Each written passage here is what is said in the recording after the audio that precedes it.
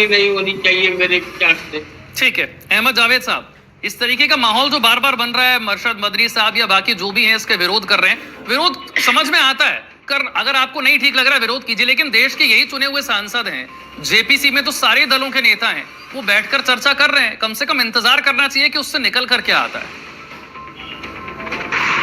देखिए ये जनाब अरशद मदनी साहब हों या दूसरे धर्म के लोग हों, ये बहुत ही रिजिड लाइन पे अड़े हुए हैं। मिसाल के तौर पे एक ग्रुप कहता है कि तरमीम होना चाहिए, एक ग्रुप कहता है कि तरमीम नहीं होना चाहिए।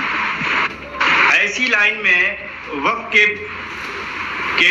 उसके वेलफेयर, उसके डेटा की सिक्योरिटी, उसकी प्रॉपर्टी की सुरक्षा और उसका यूजर बेसिकली मुसलमान है, इसके लिए कौन सोच रहा है, इस पे कौन विचार कर रहा है। जेपीसी भी जो प्रोग्राम कर रही है, दर्जन भर स्टेट से उसने अपना राय ले चुकी है। हाल ही में अब पूर्वांचल के स्टेट में, ईस्टर्न के स्टेट में जाएगी, जिसमें वेस्ट बंगाल, उत्तर प्रदेश और उसमें बिहार भी है।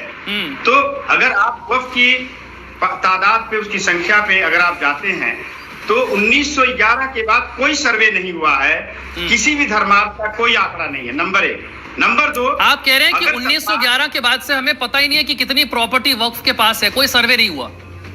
नहीं सर्वे हुआ, ठीक है। ये जो भ्रामक आंकड़े हैं ये हाईली ऑब्जेक्शनेबल हैं। रही बात लेखा जैसे कि कौन सा भ्रामक आंकड़ा? जैसे कि 9 लाख प्रॉपर्टी का होना, 9 लाख एरिया जो है इसका होना, 9 लाख एकड़ या 10 लाख एकड़ जो कहा जाता है कि एक अनुमानित है, वो आप कह रहे हैं कि ये भ्रामक आंकड़ा है। मैं मुझे समय दें तो मैं जी आपके जरिए लोगों को मैं बताना चाहूंगा ये भ्रामक क्यों है। जब सर्वे नहीं हुआ, हिंदू धर्मार्थ, क्रिश्चियन धर्मार्थ, तमाम धर्म के, सिख धर्म के, जब किसी का भारत सरकार ने एक कलेक्टिव सर्वे नहीं किया तो आंकड़ों पे न जाके उसके सुदृढ़ मैनेजमेंट, उसके बेहतर इस्तेमाल और भागीदारी की बात होनी चाहिए। तो वक्फ एक ऐसी संपदा है जो किसी धर्म विशेष से उसका ताल्लुक है और सिर्फ उसमें प्रॉपर्टी, लैंड या बागात, तालाब नहीं है, उसमें मजहबी इबादतगाहें भी हैं।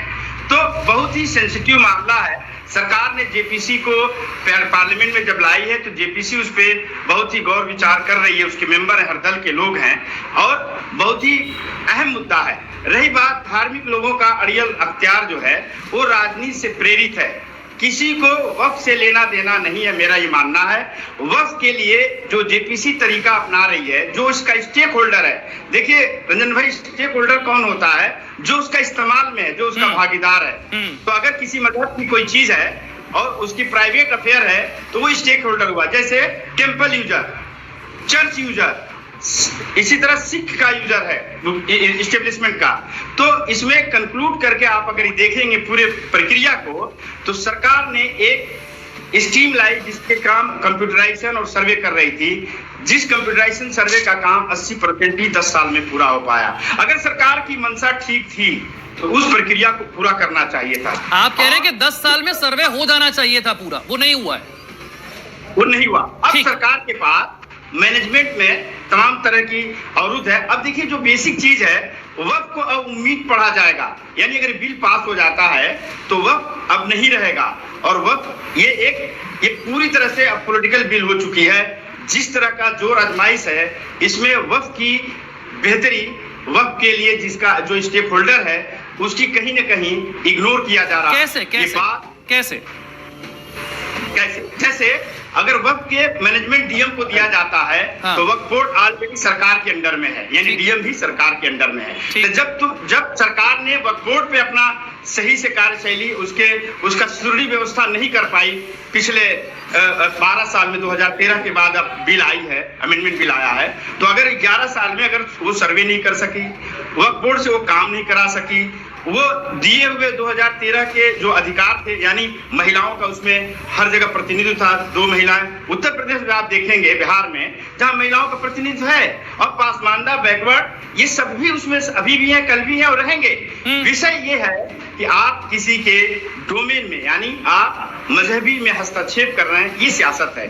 तीसरी और आखिरी बात, क्या सरकार अगर सीरियस है तो क्या ये डीएम से काम करा पाएगी, जिसके पास तमाम काम हैं, इतने काम हैं कि आप जानते हैं कि डीएम की कार्यशैली नहीं, पर हमारे मंशा देश पर में आपको कैसे चलती डाउट क्यों है? क्यों आपको अब डिले हो गया वो बात समझ में आती है कि चलिए 10-11 साल में हो जाना चाहिए था, नहीं हुआ, लेकिन आगे गलत ही होगा कुछ, इस तरह का डाउट क्यों है आपको? गलत और सही के लिए कानून लाया जा रहा है। उस कानून में दो बड़ी भ्रामक चीज है। एक कि ट्रिब्यूनल के फैसले को चैलेंज नहीं किया जा सकता। मेरा पूरी जिम्मेदारी से मैं कह रहा हूं आपसे कि ट्रिब्यूनल के फैसले को हाई कोर्ट, सुप्रीम कोर्ट में चैलेंज किया जाता है। दूसरी बात, अगर कोई वक्फ बाय यूजर, अगर वक्फ बोर्ड कोई जमीन को वक्फ में दर्ज कर लेती है, इंदराज कर लेती है, तो उसके पास 1 साल का समय है, उसमें आपत्ति कर सकती है।